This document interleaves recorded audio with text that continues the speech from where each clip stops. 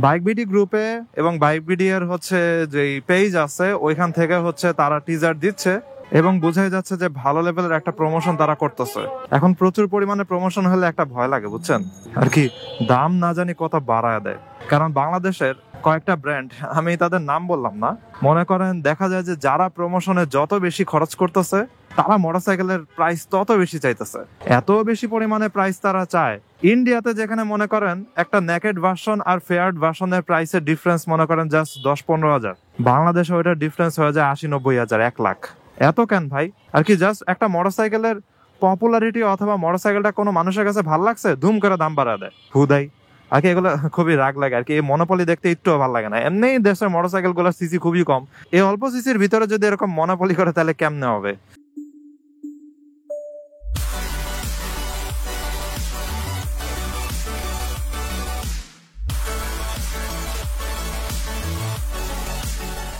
এই WhatsApp everyone, কি অবস্থা সবার? এখন হচ্ছে বৃষ্টি ভেজা বিকাল, বিকালের মধ্যে বের হয়ে যাওয়া লাগবে আমার। বৃষ্টিতে ভিজতে ভিজতে যাবো হচ্ছে পুরান ঢাকার দিকে। বাইক স্টার্ট দেই। মাস চলে হচ্ছে অক্টোবর মাস। তো অক্টোবরে হচ্ছে আমার হোন্ডা সার্ভিসিং এর ডেট, এবং এটাই আই গেস আমার ফাইনাল সার্ভিসিং। তারপর থেকে হচ্ছে নিজের মতো করে কিলোমিটার মেপে মেপে সার্ভিস করা লাগবে। এরপরে হয়তো আর তারা কোন একটা ফিক্সড ডেট দিয়ে দিবে না, এবং এই সার্ভিসটা হবে ফ্রি। তার আগেরটা ছিল পেইড, এবার এটা আবার ফ্রি। দেখতে দেখতে মোটরসাইকেলটার বয়স হয়ে যাবে 2 বছর নেক্সট জানুয়ারিতে। আর তারপরে হচ্ছে আবার পেমেন্ট করা লাগবে, কারণ এটা রেজিস্ট্রেশন করা 2 বছরের জন্য। রাস্তায় কি পরিমাণে কাদা টাদা। শুক্রবার, তাই আমি মেইন রাস্তা দিয়ে যাব আজকে। চিপা চাপা শর্টকাট কম মারবো আর কি। তাহলে আপনাদেরকে এসব কাদা টাদা না দেখাই, একদম মেইন রাস্তাতে গিয়ে কথা বলি। অলরাইট, বের হয়ে গেলাম মেইন রাস্তাতে। এদিকে একটা বিএমডব্লিউ ব্ল্যাক কালারের জোস। বিএমডব্লিউ এর পিছনের লাইট গুলা, সামনের গুলা দেখতে ভালোই লাগে। এখানে একটা এক্সব্লেড পাঠাও রাইডার, এখানে আবার আরেকটা এক্সব্লেড, সেও পাঠাও রাইডার।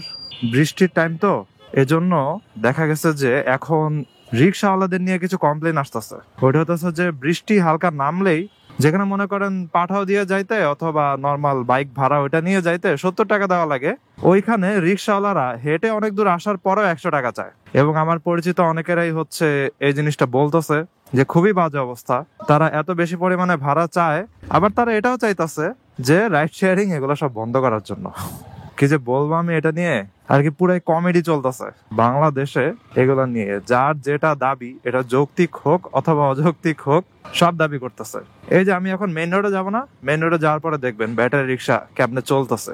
যদিও আবানি মাঠের সামনে দিয়ে একটু কম আছে, কারণ ওইখানে পুলিশেরা দাঁড়ায় তো, তাই একটু কম থাকে। অন্যান্য জায়গা দেখবেন কেমন রাজত্ব, দেখছেন রাস্তার কতটুকু নিয়ে আসা দাঁড়ায় আছে ভাই। মেজাজটা পুরা গরম হয়ে যায় এসব দেখলে। এসব রাইড শেয়ারিং বন্ধ হয়ে গেলে কিন্তু তাদেরই লাভ। তারা এখন যেই বেশি ভাড়া চাইতেছে, তখন আরো বেশি করে চাইতে পারবে, পুরাটাই হয়ে যাবে তাদের রাজত্ব একদম। কিন্তু যেহেতু তাদের কমন সেন্সের খুবই অভাব, তাই তারা এই জিনিসটা বুঝতে পারে না যে এটা কখনোই বন্ধ হবে না।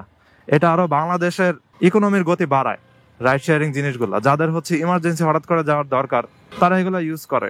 মেট্রো রেলে জায়গা পায় না, অথবা হচ্ছে সময় করতে পারতেছে না, অথবা ট্রেন মিস করে ফেলছে, তখন এগুলোর খুবই দরকার। মেট্রো রেলে আমার কখনো ওঠা হয়নি। প্রথম দিকে যখন শুরু হয়েছে তখন ভাবছিলাম উঠবো, কিন্তু যেই পরিমাণে এখন ভিড় হয়, ভাবতেছি না থাক, ওঠার দরকার নেই। যাই হোক, একটা জিনিস নিয়ে হচ্ছে আপনার সাথে কথা বলতাম।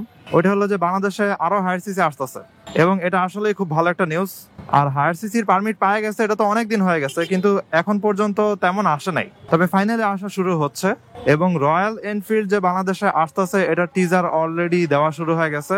বাইক বিডি গ্রুপে এবং বাইক বিডি এর হচ্ছে যে পেজ আছে ওইখান থেকে হচ্ছে তারা টিজার দিচ্ছে, এবং বোঝাই যাচ্ছে যে ভালো লেভেলের একটা প্রমোশন তারা করতেছে। এখন প্রচুর পরিমাণে প্রমোশন হলে একটা ভয় লাগে, বুঝছেন আর কি, দাম না জানি কত বাড়ায় দেয়। কারণ বাংলাদেশের কয়েকটা ব্র্যান্ড, আমি তাদের নাম বললাম না, মনে করেন দেখা যায় যে যারা প্রমোশনে যত বেশি খরচ করতেছে তারা মোটরসাইকেলের প্রাইস তত বেশি চাইতেছে। আমি ওসব মোটরসাইকেলের কথা না বলে, যদি আমি যে মোটরসাইকেল চালাইতেছি হোন্ডা ব্র্যান্ডের, তো এটার কথা যদি বলি, এই যে হোন্ডা এক্সব্লেড, এটার প্রমোশন খুবই কম হয়েছে, কিন্তু বাংলাদেশে এটার সেল হয়েছে প্রচুর। তারপরে হচ্ছে হোন্ডার হর্নেট, তারপরে CB150X, মানুষরা কিন্তু সেই লেভেলের পছন্দ করে এই মোটরসাইকেল গুলা, কিন্তু প্রমোশন বলতে গেলে হয়ই নেই। তারপরে নতুন যে হর্নেট বের হলো, 2.0। এটার প্রমোশন আপনি বলতে পারবেন না যে অত বিশাল করে করা হয়েছে এরকম কিছু, আর প্রাইসটাও আমি বলবো না যে অত বেশি হয়ে গেছে। যদিও ইন্ডিয়ার তুলনায় আপনি যদি কাউন্ট করেন, বাংলাদেশে আসলে সব মোটরসাইকেলেরই প্রাইস একটু বেশি, কিন্তু তারপরও আপনি যদি হর্নেট 2.0 এর যে প্রাইস আছে ওই প্রাইসে হচ্ছে আশেপাশের মোটরসাইকেল গুলো যদি দেখেন, তখন দেখবেন যে না, এই মোটরসাইকেলটা অনেক দিক দিয়ে বেটার আছে। অ্যান্ড বাই দ্য ওয়ে, আমি আবারও বলি, সবসময় বলি যে আমি স্পন্সর্ড না, কিন্তু আর কি হোন্ডার এই জিনিসটা ভাল লাগে, এজন্য আমি এটা বলি আর কি। কিন্তু জানি না কতদিন তারা এরকম থাকবে, দেখা যাবে যে আবার প্রচুর পরিমাণে প্রমোশন করে করে প্রাইস খালি বাড়াইতেছে। এন্ড এক্স ব্লেডের প্রাইসও কিন্তু বেড়ে গেছে, অলরেডি অনেক বেড়ে গেছে। আমি যখন এক্স ব্লেড কিনছি তখন আমি 2 লাখের নিচে দাম দিয়ে কিনছি, 1,90,000 আই গেস নাকি 86 যেন ছিল। ঈদের একটা অফার ছিল 10,000 নাকি 12,000 এর মতো, তো ওই অফারে হচ্ছে কিনে ফেলছি।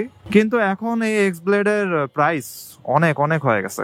যাই হোক, হায়ার সিসি যেহেতু আসতেছে, এখন আমরা একটা গেস করতে পারি যে কেমন হবে এদের দাম। যেমন মনে করেন, যদি আমি বলি রয়্যাল এনফিল্ড, এটা তো আসতেছে, অলসো হচ্ছে সিএফ মোটো, তাদের মোটরসাইকেল গুলো আসতেছে। তবে সিএফ মোটো পুরো ওয়ার্ল্ডে অনেক রিনাউন্ড একটা ব্র্যান্ড হইলেও এবং এটার ইউরোপিয়ান অনেক কাস্টমার থাকলেও, বাংলাদেশে যে 150 সিসিটা আনছিল না, ওইটার কোয়ালিটি নাকি অনেক খারাপ ছিল। আমি জানি না কেন এই অবস্থা হয়েছে, কিন্তু আশা করতেছি সিএফ মোটর যে হায়ার সিসি গুলো আসতেছে 300 সিসি রেঞ্জের ভিতরে, ওগুলা ভালোই হবে, এটা আমি আর কি জাস্ট হোপ করতেছি। আর রয়্যাল এনফিল্ডের তো 350 300 সিসি রেঞ্জের যে মোটরসাইকেল গুলো আছে ওগুলো আসতেছে, এবং তাদের অ্যাডভেঞ্চার টুরিং বাইক আসবে নাকি আমি শিওর না, হিমালয়ান আসতেও পারে। তবে অনেক পোলাপানদেরই হচ্ছে চোখ থাকবে হান্টার, বুলেট এগুলার দিকে। সো দেখা যাক এগুলার প্রাইস কেমন করে।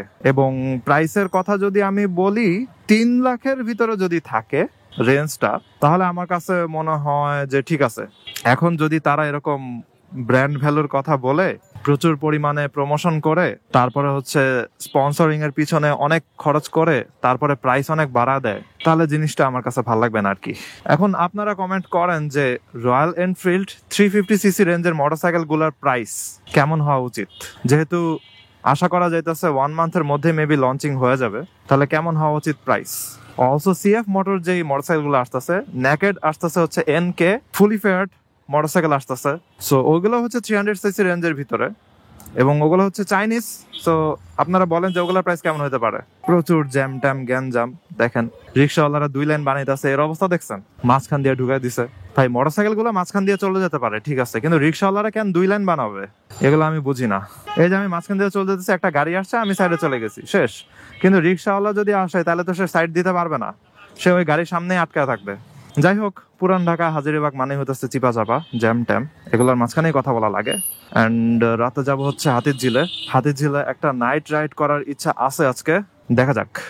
আর এগুলো তো ছিল ইন্ডিয়ান চাইনিজ ব্র্যান্ড গুলা। জাপানিজ ব্র্যান্ডের 300 সিসি রেঞ্জের মোটরসাইকেল গুলা কবে আসবে আমি জানি না, কিন্তু তারা এত কেন দেরি হচ্ছে আই ডোন্ট নো। অনেকে হচ্ছে ট্যাক্সিং, তারপরে হচ্ছে ম্যানুফ্যাকচারিং, অ্যাসেম্বলিং এগুলো নিয়ে কথা বলতেছে যে এগুলো ঝামেলার জন্য আসলে আনতে পারতেছে না, হতে পারে এটা।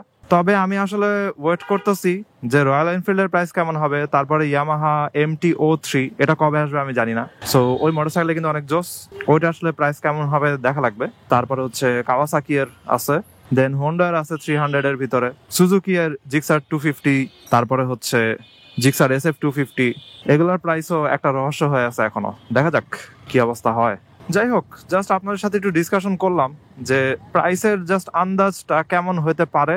তবে যদি 3 লাখের ভিতরে তারা রাখতে পারে, 300 সিসির মোটরসাইকেল গুলো একদম বেস্ট হবে, তখন একটা কম্পিটিটিভ প্রাইস আসবে। অলরেডি হোন্ডা একটা কম্পিটিটিভ প্রাইসে যখন হর্নেট 2.0 লঞ্চ করলো, তখনই মনে করেন অনেকের মাথাটা নষ্ট হয়ে গেছে, অনেক কোম্পানির, ঠিক আছে, মাথা ব্ল্যাঙ্ক হয়ে গেছে, চিন্তা করতেছে কি ব্যাপার, তাইলে আমাদের মোটরসাইকেল এখন প্রাইস কেমন ধরবো, তারা এখন টেনশনে পড়ে গেছে। এই জিনিসটাই হওয়ার দরকার ছিল, এত বেশি পরিমাণে প্রাইস তারা চায়।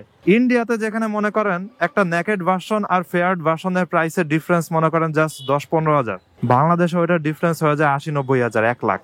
এত কেন ভাই? আর কি জাস্ট একটা মোটরসাইকেলের পপুলারিটি অথবা মোটরসাইকেলটা কোনো মানুষের কাছে ভালো লাগছে, ধুম করে দাম বাড়া দেয় হুদাই। আর কি এগুলো খুবই রাগ লাগে আর কি, এই মনোপলি দেখতে একটু ভালো লাগে না। এমনি দেশের মোটরসাইকেল গুলোর সিসি খুবই কম, এই অল্প সিসির ভিতরে যদি এরকম মনোপলি করে তাহলে কেমনে হবে।